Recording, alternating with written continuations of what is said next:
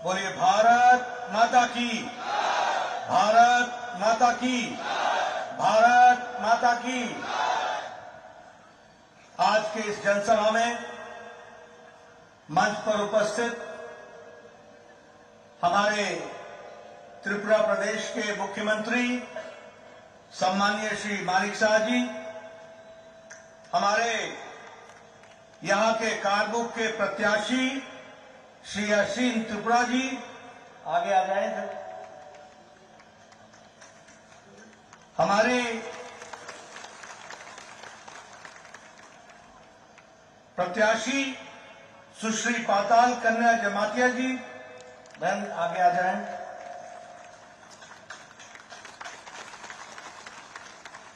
श्री रंजीत दास जी, प्रत्याशी एवं वर्तमान में विधायक।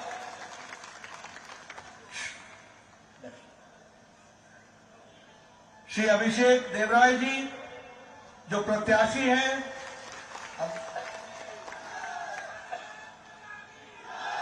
हमारे नॉर्थ ईस्ट के कोऑर्डिनेटर और राष्ट्रीय प्रवक्ता श्री संबित पात्रा जी, हमारे प्रभारी महेंद्र सिंह जी जो उत्तर प्रदेश में पूर्व में मंत्री रहे हैं, हमारे विप्लव घोष जी निवर्तमान विधायक मातावारी, हमारे श्री जवाहर शाह जी प्रदेश अध्यक्ष किसान मोर्चा और वरिष्ठ नेता, और यहां इतनी बड़ी संख्या में एकत्र आए हमारे अमरपुर और अन्य क्षेत्रों के, गोमती जिला के सभी देवियों और सज्जनों और मीडिया के मेरे साथी, प्रिंट मीडिया और इलेक्ट्रॉनिक मीडिया के मेरे साथी, मेरा आज ये सौभाग्य है कि भारतीय जनता पार्टी की ओर से इस विजय संकल्प रैली के माध्यम से हमारे चुनाव प्रचार का प्रारंभ करने का सौभाग्य मुझे मिला है। और आप सब लोगों ने जो इतनी बड़ी संख्या में आए हैं, वह स्पष्ट संदेश देते हैं कि त्रिपुरा की जनता ने तय कर लिया है, एक बार फिर भाजपा भाजपा भाजपा। मित्रों, मैं जब यहां पर आया हूं तो मंगल चंडी मंदिर को प्रणाम करता हूं। यह पुरातन मंदिर जो 15वीं शताब्दी में हमारे राजा अमर माणक्य देव बर्मन जी ने बनाया था, ऐसे पूज्य मंदिर को, मंगल चंडी मंदिर को मैं प्रणाम करता हूं और उनसे आशीर्वाद लेकर के अपनी बात को प्रारंभ करता हूं। मैं जब त्रिपुरा में आया हूं तो आज ये मेरी जिम्मेवारी बनती है कि मैं नमन करता हुआ त्रिपुरा सुंदरी मंदिर और माता को, त्रिपुरा सुंदरी माता को जो 51 हमारी शक्तिपीठ में से एक है, ऐसी पवित्र माता को नमन करते हुए अपनी बात को प्रारंभ करता हूं। मुझे खुशी है कि अभी अभी पद्मश्री का अवार्ड हमारे श्री नरेंद्र चंद्र देव वर्मा जी को दिया गया और श्री विक्रम बहादुर जमातिया जी को दिया गया। त्रिपुरा की जनता की ओर से उनको मैं बधाई भी देता हूं, उनके परिवार के लोगों को बधाई देता हूं, और उनके द्वारा सामाजिक दृष्टि से जो कार्य किया गया, जो त्रिपुरा के लिए कार्य किया गया, उसके लिए भी मैं बधाई देता हूं और भारत सरकार को, प्रधानमंत्री जी को धन्यवाद देता हूं जिन्होंने इन विभूतियों को पद्मश्री से नवाजा और इनको जो स्थान प्रदान किया है उसके लिए भी मैं बधाई देता हूं। आज मुझे खुशी है कि जब हम 5 साल सरकार में रहने के पश्चात आपके बीच में आते हैं तो हम गौरव से कह सकते हैं, जिस बात को प्रधानमंत्री जी ने 5 साल पहले कहा था कि अगर भारत के दूसरे हिस्से विकास कर सकते हैं तो त्रिपुरा क्यों विकास नहीं कर सकता है।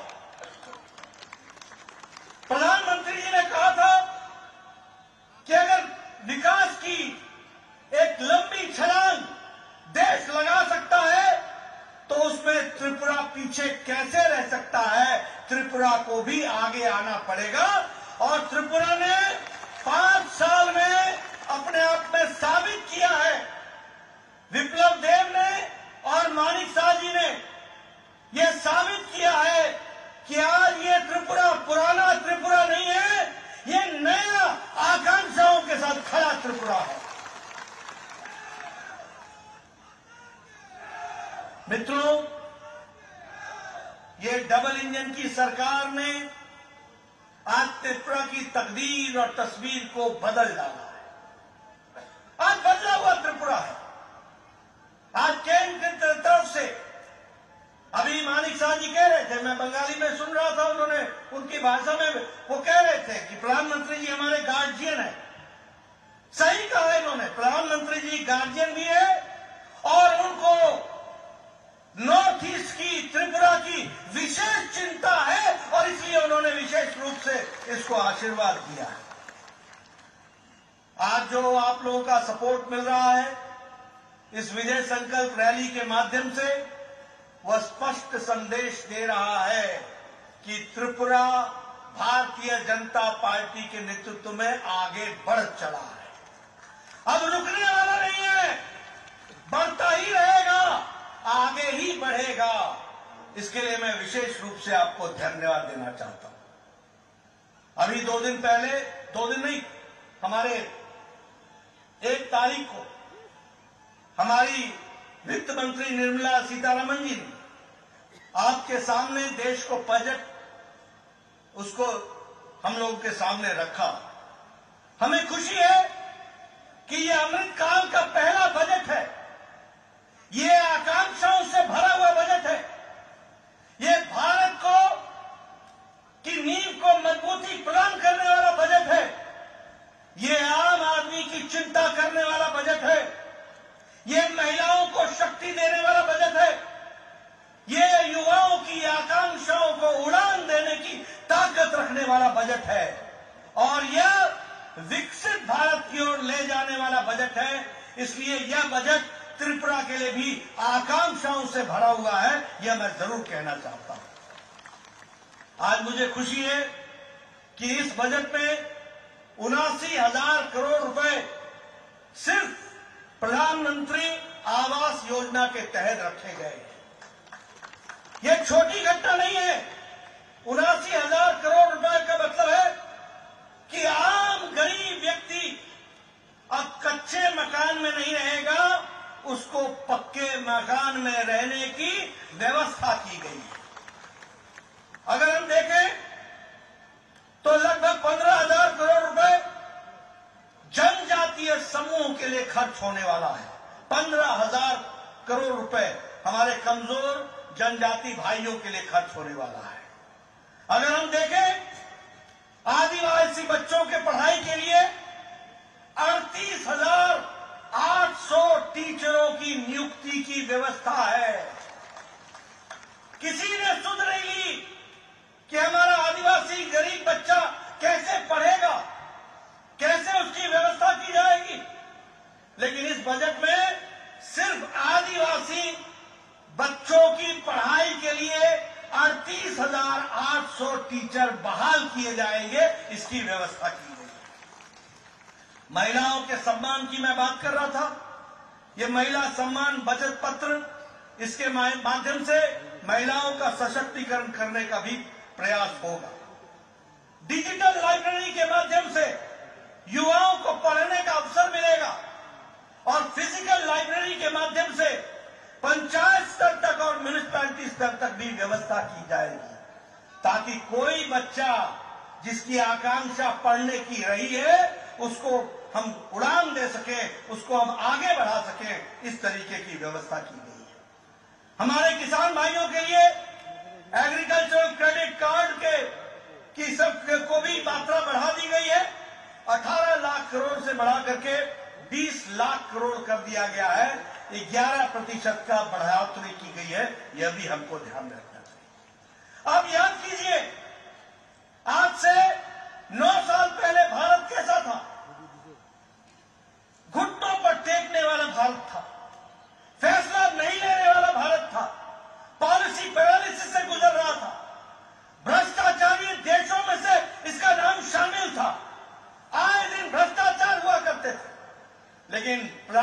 प्रधानमंत्री मोदी जी के नेतृत्व में पिछले 9 साल में भारत आकांक्षाओं का भारत बन गया, छलांग लगाने वाला भारत बन गया, विकास की नई झड़ी लगाने वाला भारत बन गया और भारत दुनिया में अपने आप को स्थापित करता हुआ मजबूत राष्ट्र के रूप में खड़ा दिखता भारत दिख गया। ये हमको समझना चाहिए और इसीलिए मोदी जी के नेतृत्व में प्रोएक्टिव, प्रो रिस्पॉन्सिव और प्रो रिस्पॉन्सिबल गवर्नमेंट का काम भारत सरकार ने किया है।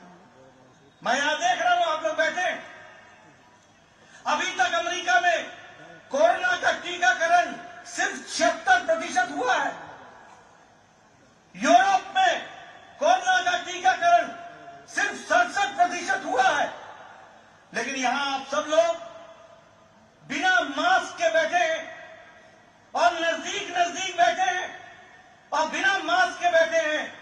इसलिए बैठे हैं क्योंकि 130 करोड़ के देश को 220 करोड़ डबल डोज लगा करके प्रधानमंत्री मोदी जी ने सुरक्षा कवच आपको दिया है। यह है प्रोएक्टिव सरकार, यह है वो सरकार जो 9 महीने में एक नहीं 2-2 भारत में बनी हुई वैक्सीन तैयार करती है और एक एक भारतीयों को 100% वैक्सीनेशन करने का काम, दुनिया का सबसे बड़ा वैक्सीनेशन प्रोग्राम, टीकाकरण प्रोग्राम किया गया।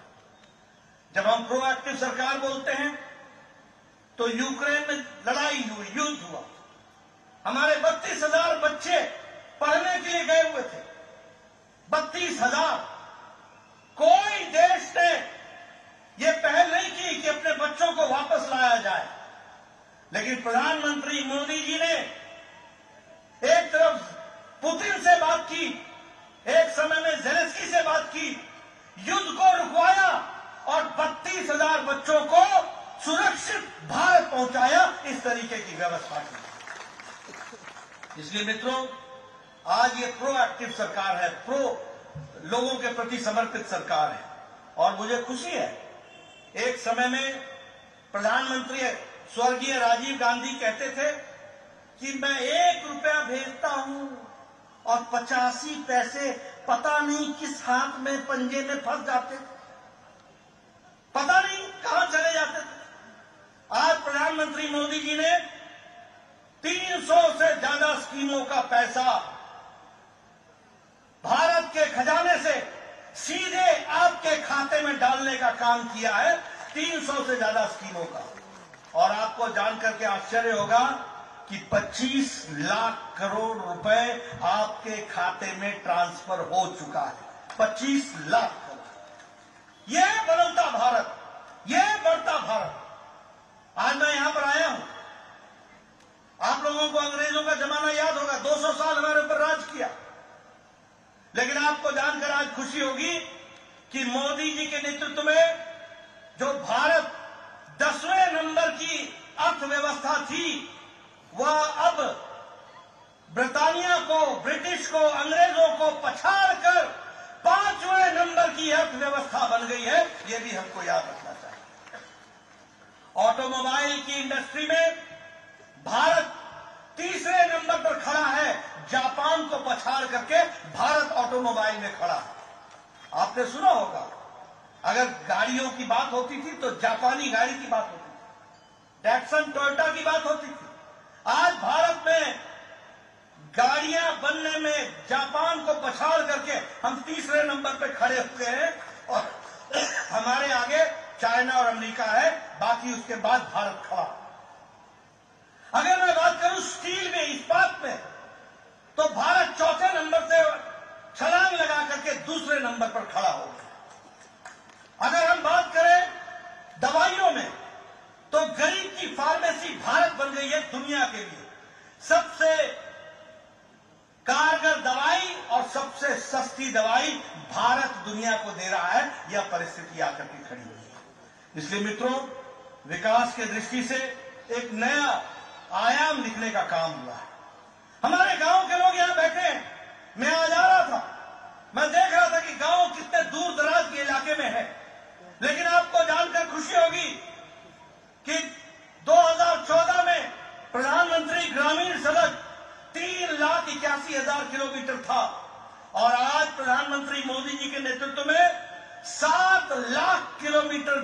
सड़क बन गई है।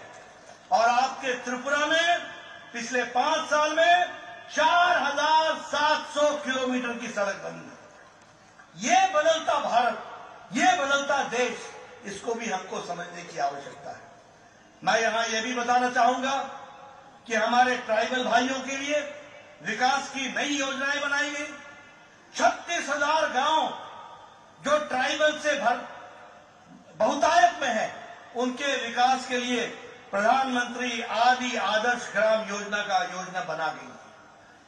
400 एकलव्य विद्यालय बनाए हैं, 400 एकलव्य विद्यालय, ताकि हमारे जनजातीय क्षेत्र के बच्चों की पढ़ाई की व्यवस्था हो सके। उसी तरीके से 3000 से ज्यादा वनधन केंद्र के माध्यम से नए लाइवलीहुड, उनके जीवन के यापन की व्यवस्था की जा रही है। और सबसे बड़ी बात, जनजातियों के लिए गौरव का विषय है कि आज भारत के प्रथम नागरिक के रूप में महिला राष्ट्रपति महामहिम द्रौपदी मुर्मू आज भारत की राष्ट्रपति के रूप में विराजमान है। 70 साल में कभी किसी ने आदिवासी की चिंता नहीं की। आज मुझे खुशी है कि लगभग 8 मंत्री केंद्र में जनजातीय हैं। मुझे खुशी है कि हमारे मुख्यमंत्री जनजातीय रहे हैं। मुझे खुशी है कि 5 हमारे एनडीए के उसमें विभिन्न पदों पर हमारे जनजातीय मंत्री। और अगर हम ट्राइबल कम्युनिटी की बात करें तो बजट को जनजातीय क्षेत्र में 4 गुना बढ़ा दिया गया है, 4 गुना बढ़ा दिया है। मुझे खुशी है कि आपके यहां का स्कॉलरशिप बच्चों के लिए डबल कर दिया गया है, दुगना कर दिया गया है। मित्रों, ये इसका फायदा आपके बच्चों को मिलने वाला है और आपके माध्यम से, उनके बच्चों के माध्यम से भविष्य उज्जवल होने वाला है। यानी प्रधानमंत्री मोदी जी ने आज की चिंता नहीं की है, आज के साथ साथ आने वाले भविष्य की भी चिंता की है। इस बात को भी हमको याद रखना है। मित्रों, आज बदलता भारत है, बदलता त्रिपुरा है। जब मैं ये कहता हूं तो आप बताइए, बहनें मेरे को बताएंगी, आपको गैस का कनेक्शन मिला है कि नहीं मिला है? मिला है कि नहीं मिला है? बहनें बताइए, गैस का कनेक्शन मिला है कि नहीं मिला है? लगभग 11 करोड़ गैस का कनेक्शन दिया गया है। त्रिपुरा में 2,70,000 गैस का कनेक्शन दिया गया है और अमरपुर में 7,723 गैस का कनेक्शन दिया गया। अब मैं गांव से आता हूं, मैं पहाड़ी इलाके से आता हूं, मैं बताना चाहूंगा, आपको याद होगा कि नहीं होगा, लेकिन मुझे याद है, हमारी माताएं बहनें सुबह 5 बजे उठती थी, जंगलों में जाती थी, लकड़ी काट के लाती थी, फिर लकड़ी से चूल्हा जलाती थी, 200 सिगरेट के बराबर का धुआं अपने फेफड़ों में लेती थी, फूंक फूंक करके लकड़ी का चूल्हा जलाया जाता था। मैं सही बोल रहा हूं कि गलत बोल रहा हूं? सही बोल रहा हूं? होता था कि नहीं होता था?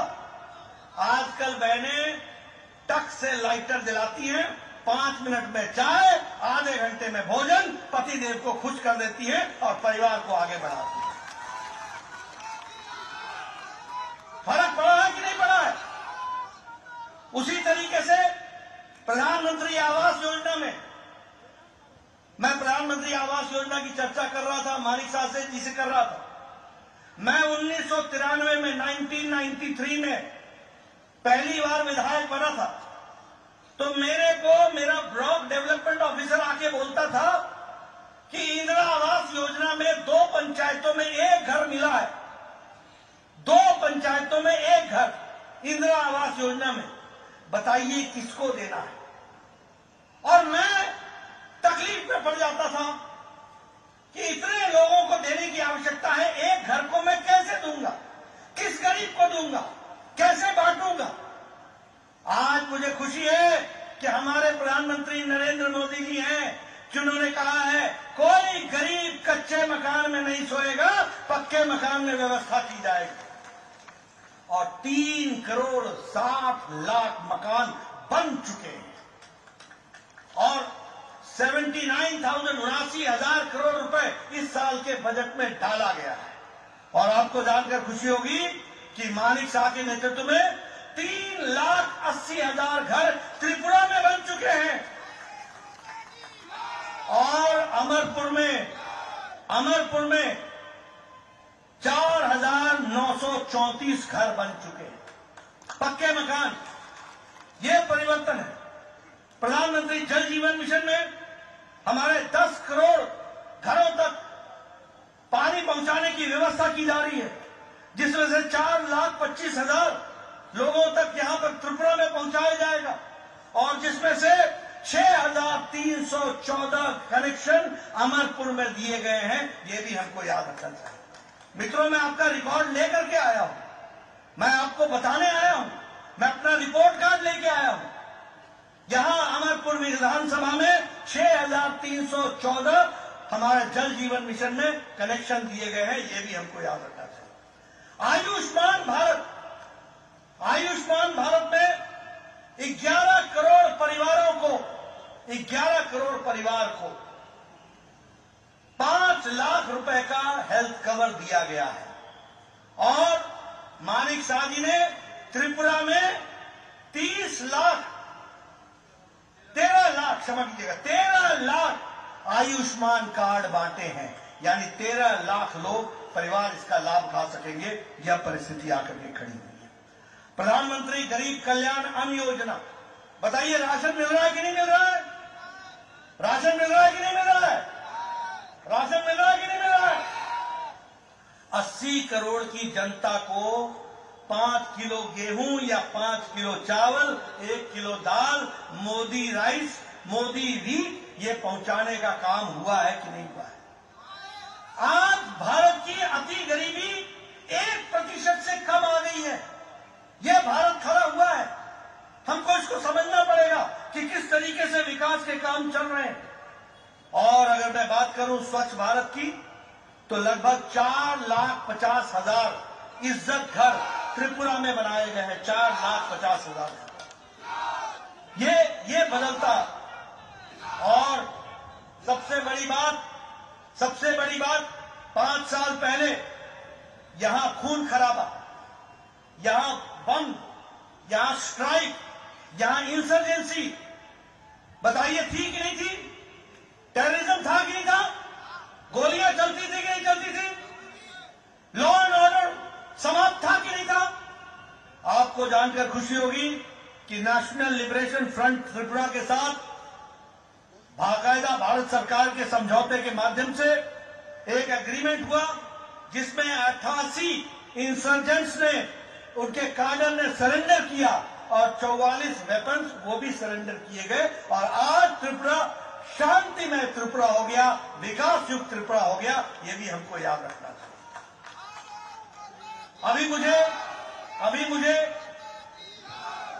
अभी मुझे ब्रू रियांग के साथी मिले थे, उन्होंने मुझे पटका पहनाया। ब्रू रियांग का 37 साल से झगड़ा चल रहा, उनको बसाने का काम, और लगभग 37,000 लोगों को फिर से बसाया गया। और भारत सरकार ने अपनी ओर से 600 करोड़ रुपए खर्च करके उनके निर्वासन का काम किया गया, उनको बसाने का काम किया गया। ये भी हमको ध्यान रखना। मित्रों, हम अब त्रिपुरा के लिए शांति लेके आए हैं। हम त्रिपुरा के लिए नई ऊर्जा लेकर के आए हैं। हम त्रिपुरा के लिए टूरिज्म के माध्यम से, पर्यटन के माध्यम से विकास की नई आकांक्षाओं को लेके आए हैं। हम 5G कनेक्टिविटी को लेके आए हैं। हम कल्चर को आगे बढ़ाने के लिए आए हैं। हम यहाँ पर प्राकृतिक खेती हो, इसको बढ़ाने के लिए आए हैं। हम खेल को बढ़ावा देने के लिए आए हैं। और हम त्रिपुरा की ताकत का पूरा उपयोग हो सके, इस संकल्प के साथ आगे बढ़ने के लिए आए हैं। और इसमें आपका हमको साथ चाहिए। आज मुझे खुशी है कि अगरतला अखौरा रेल लिंक या व्यापार के नए ट्रेड को, नई संभावनाओं को आगे बढ़ाता है, और इसलिए इसके माध्यम से भी बहुत कुछ आगे बढ़ने वाला है। उसको भी हमको ध्यान में रखना चाहिए। मैं ये भी कहना चाहूंगा कि अभी प्रधानमंत्री जी आए थे, और प्रधानमंत्री जी ने अभी लगभग 4,350 करोड़ का शिलान्यास किया है, त्रिपुरा के नए विकास की संभावनाओं को रखा है। उसी तरीके से राष्ट्रपति द्रौपदी मुर्मू ने आकर के यहाँ महाराजा वीरेंद्र किशोर मानकीय म्यूजियम और कल्चरल सेंटर का भी शिलान्यास किया है। त्रिपुरा में नेशनल लॉ यूनिवर्सिटी खुलने के लिए नरसिंहगढ़ में उसका भी शिलान्यास किया है। और अगरतला में IIIT ये बने, इसका भी IIIT बने, इसकी भी शिलान्यास किया है। मैं ये सारी बातें आपको इसलिए बता रहा हूं कि जिन लोगों ने कभी भी त्रिपुरा की चिंता नहीं की, उनको आज आपको मुंह तोड़ जवाब देने का मौका आया है। और ये मौका आया है कि भारतीय जनता पार्टी को आप आशीर्वाद दें। और इसीलिए विकास की दृष्टि से त्रिपुरा की सरकार ने बहुत बड़ा काम किया।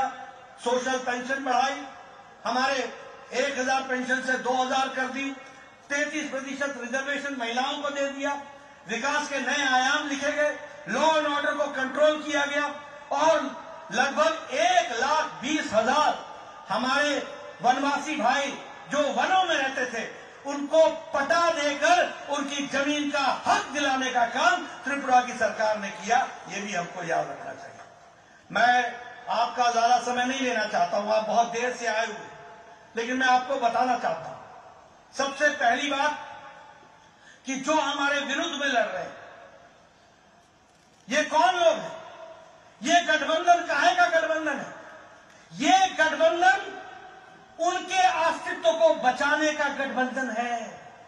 राइट और left all together, 2 in 1, 2 in 1, right और लेफ्ट ऑल इन 1, 2 in 1। ये किस लिए है? अपने अस्तित्व को बचाने के लिए। और हम किस लिए लड़ रहे हैं? हम लड़ रहे हैं त्रिपुरा को दुनिया में, देश में आगे बढ़ाने के लिए लड़ रहे हैं। इस बात को हमको समझना है। हमारी लड़ाई त्रिपुरा के युवाओं को, आकांक्षाओं को उड़ान देने की है। हमारी लड़ाई महिलाओं को सम्मान देने की है।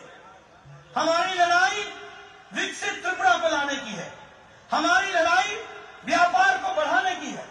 हमारी लड़ाई पर्यटन को बढ़ाने की है। हमारी लड़ाई देश का पर्यटन का लक्ष्य बने तो त्रिपुरा बने और उसका गंतव्य बने तो त्रिपुरा बने, इस बात की लड़ाई है।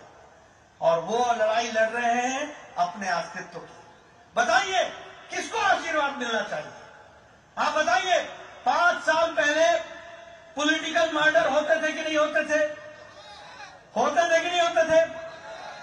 घरों में घुसकर ये लाल क्रांति करने वाले लोग घरों में घुसकर अपने राजनीतिक प्रतिद्वंदियों की जीवन लीला समाप्त करते थे कि नहीं करते थे?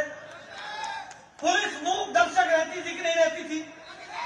पुलिस कुछ नहीं करती थी। आज हम ये गौरव के साथ कह सकते हैं कि हमारे भारतीय जनता पार्टी का कार्यकर्ता सुरक्षित है, लेकिन हमारे विरोधी कार्यकर्ता भी, हमारे पार्टी के विरोधी कार्यकर्ताओं को भी प्रजातंत्र में आजादी है, उनकी रक्षा करना भी हमारा काम है और हमने करके दिया। यह है बदलता त्रिपुरा। आप बताइए कांग्रेस के जमाने में भ्रष्टाचार होता था कि नहीं? आप बताइए कम्युनिस्टों के जमाने में भ्रष्टाचार होता था कि नहीं? आप बताइए कांग्रेस के जमाने में अपने राजनीतिक प्रतिद्वंदियों के साथ मारपीट और उनकी जीवन लीला समाप्त करने का काम होता था कि नहीं? आप बताइए कांग्रेस पार्टी के लोग भारतीय जनता पार्टी और अपने विरोधियों के ऊपर अटैक करते थे कि नहीं करते थे? आप बताइए कांग्रेस पार्टी करप्शन करती थी कि नहीं करती थी?